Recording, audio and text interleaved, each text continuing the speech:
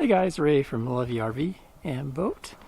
So in this video, I'm going to go in and show you how I winterize our engine, our big Ford Lehman diesel, and a bunch of other stuff, mechanical things in the boat. So let's get to it. So first I'm going to flush a bunch of fresh water through the engine. Got a bucket here. I've disconnected the raw seawater input hose from the seacock down there and just put it in this bucket. Fill it up, fill a second bucket up because it draws it out quite fast. And then I'll also leave the water hose in there while it's running.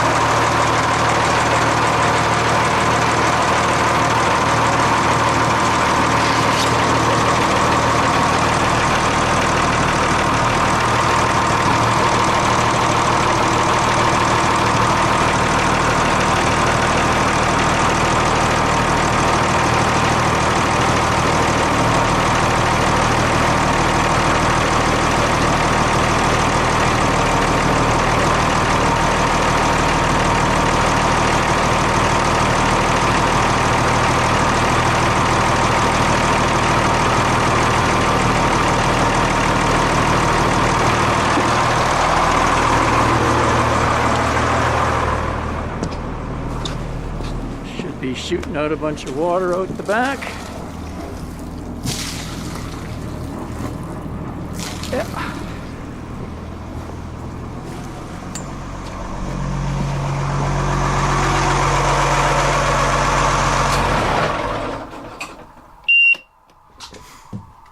There we go. So I'll just repeat that process a number of times so that I can flush all the salt out of the system with fresh water. Then we'll be putting in the coolant or the antifreeze. Also, once I get the engine warmed up a bit, I'm going to change the oil. I got an oil transfer pump there. Showed that to you in a video in the spring and bought that when I changed the transmission oil. So I'm going to use it for the engine oil. Be able to pump it into a container to get disposed of.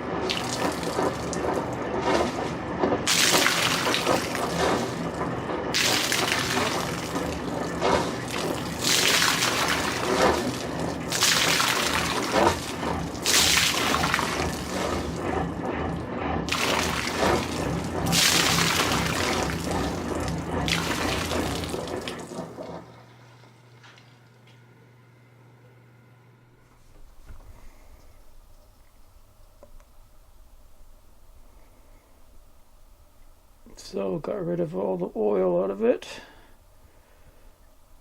And I'll fill it up with fresh oil before I do my final run through of the antifreeze, so moves all fresh oil everywhere.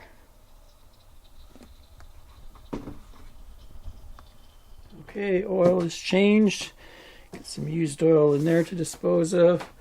Also, there's a spin-on filter there that I changed as well. Pretty easy to do, it just spins on.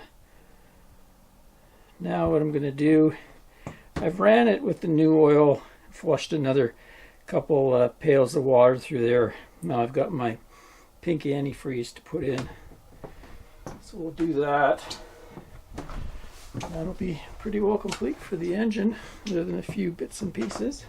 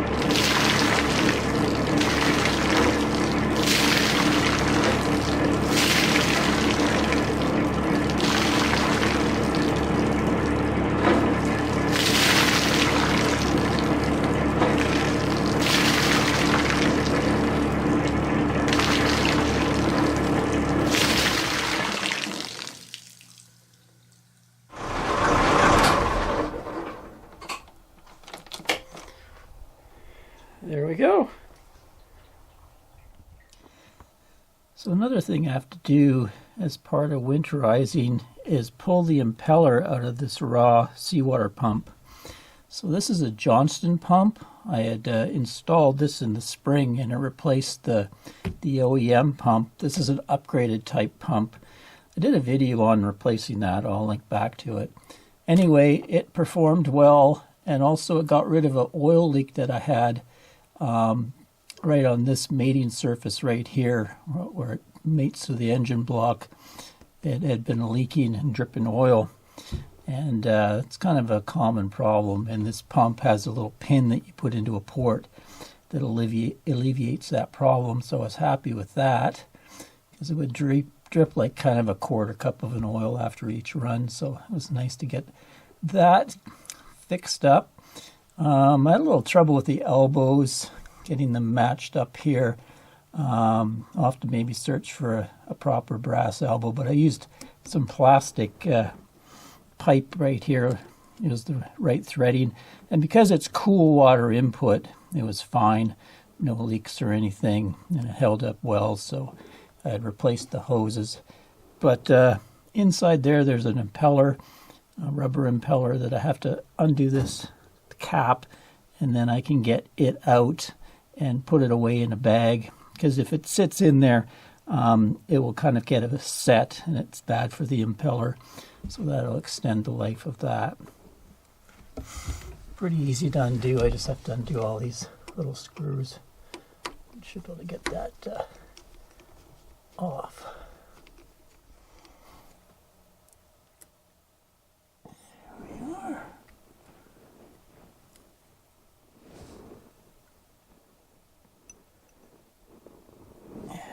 Might have to get a new gasket for that next year. Okay, so you can kind of see how those ones get pushed up as it turns. So if it stays in there, it can cause those things to kind of take a set, and then it won't work properly. So you have to pull that out. So that can be sort of hard to get out of there. You can use screwdrivers and stuff, but the previous owner left this thing in the boat, which is a gear puller. It should make pulling this a lot easier for me.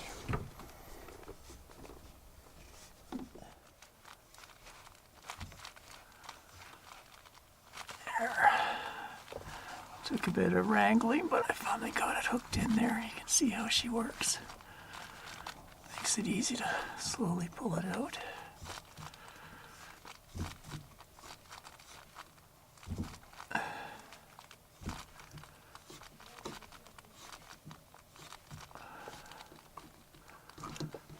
There we go.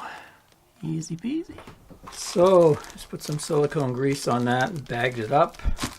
Leave it there so I don't forget. I'm probably just going to buy a new one of those and replace it. On the boat there was some spares that have been changed before. This is the Jabsco impellers, and they look like they're exactly the same size, so maybe it could be used in a pinch, but I'm going to get the Johnston impeller and replace that in the spring. I also have another project in the spring, is to change the way the secondary fuel filters work. So this is a primary array, it's a Raycor filter, so I'll change that in the spring. And then there's these spares, secondary fuel filters that go on the Lehman engine, just right about there. You can see there's two of them down there. And they're a real pain to change because I think there's 4 O-ring gaskets that need to be messed with, especially if you're at sea and you're trying to change them quickly because they're plugged, engine's not working. So I got this kit, this adapter, which will change them to a spin-on filter. So that will go in place of the old assembly. And then I will be able to use these spin-on filters, which will be nice. Just spin them off and spin a new one on. So that'll be a project for the spring as well. So let's leave all that stuff up there so I remember to do all that. Next, I'm going to disconnect all my DC power. So this is the house bank 1, And it's a 4 golf cart battery system. So prior to the boat coming in, I had topped up all these with more distilled water and charged them all up. Left them on charge for a few days so they're all fully charged. And just disconnect all these batteries while we're away, and they're fine. When I came back last year, they were still all good. Basically, voltage was right up on all of them. And also in here, there's a couple AGM starter batteries, so I'm just going to disconnect them from power too, so that all my batteries are disconnected.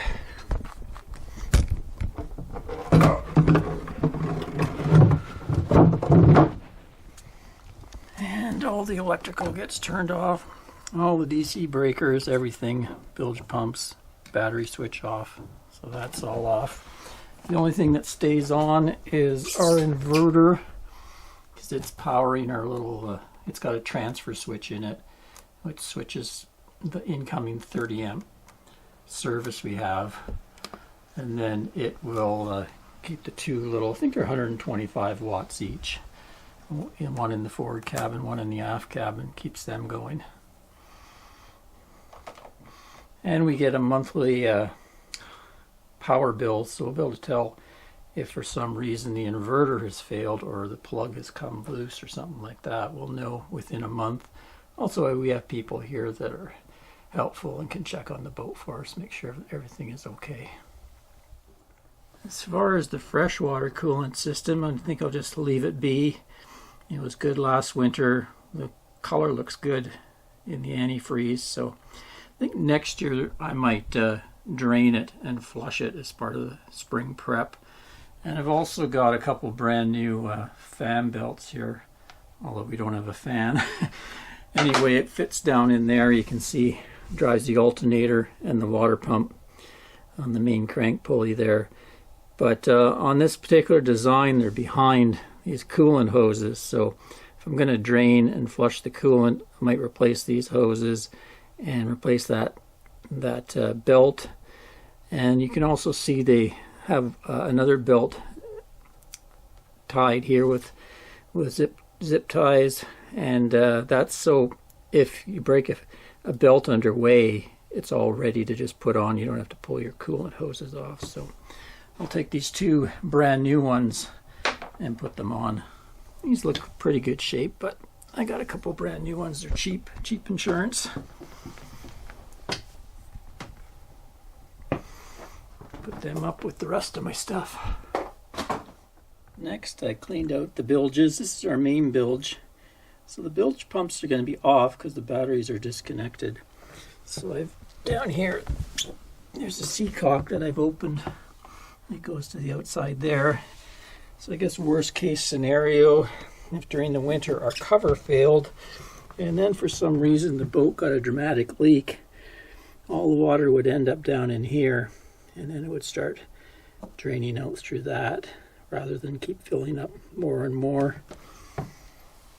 The engine, I have to kind of block all the openings so air doesn't get in there and cause condensation and you have corrosion.